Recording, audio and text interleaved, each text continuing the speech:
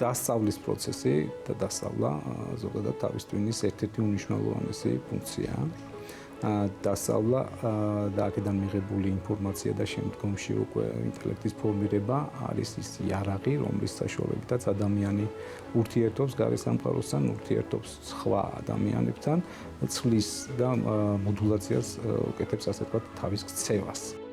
დასწავლა ძალიან მჭიდრო კავშირშია ასევე თავის ტვინის მეორე და ასევე არანაკლებ მნიშვნელოვან ასე ვთქვათ ფუნქციასთან და კომპონენტთან, ეს არის მეხსიერება.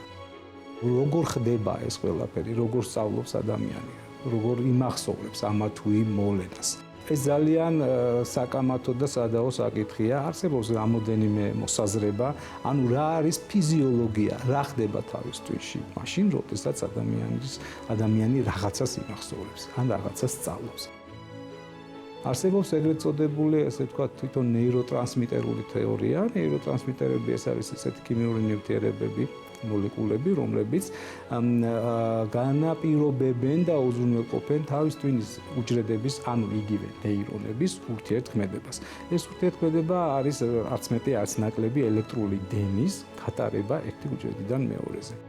იმის მიხედვით, რამდენად ექსპრესიული, რამდენად გამოხატულია, რამდენად დიდია ეს ელექტრული დენი დაუშვათ, ამან შეიძლება დაუშვათ განაპირობოს გარკვეულწილად დამახსოვრება რაღაც მოვლენის, მაგალითად რაღაც განღიზიანებელზე რაღაც პასუხი.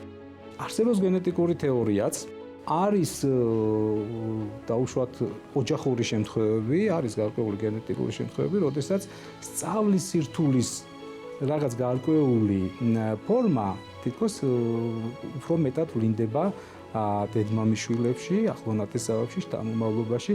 არსებობს ეგრეთ წოდებული მრავალმხრივი ინტელექტის თეორია.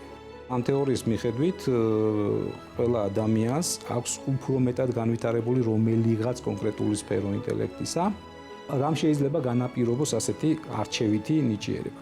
აღმოჩნდა, რომ სწავლის სირთულე განპირობებული არის იმ ცენტრებში, რომელიც აი ამ სწავლაზე, კითხვაზე მოსმენილი, ასე ვთქვათ, სიგნალების აღქმაზე, მათ სემანტიურ დატვირთვაზე არის პასუხისმგებელი, მაგალითად ეს როგორც წესი არის დომინანტური სფეროს მემარჯვენეებში, ეს არის მარცხენა ჰემისფეროს პერისილიური, ანუ საფეთქლისა და თხემის მიდამო, აქვე არის ახლოს ეგრეთ წოდებული ცენტრი, რომლის დაზიანებაც იწვევს ეგრეთ წოდებულ აკალკულიას, ანუ თვლის და მათემატიკური ანგარიშის შეუძლებლობას. შესაბამისად, ვინაიდან არსებობს ასეთი ცენტრი, რომელიც პასუხისმგებელია აი ამ ფუნქციაზე, ჩვენ შეგვიძლია მაღალი ალბათობით ვივარაუდოთ, რომ იმ ადამიანს, რომელსაც ძალიან ძლიერი მათემატიკური ნიჭი აქვს და ზეპირად ახდენს ყველა და თქო მეოთხე ხარისხის და რაღაც ესეთი ამოცანების ამოხსნას, მას იქ აი ნეირონების ურთიერთკავშირი ორგანიზაცია აქვს იდეალურად, კარგად განვითარებული ნეირონული წრეები, კარგად განვითარებული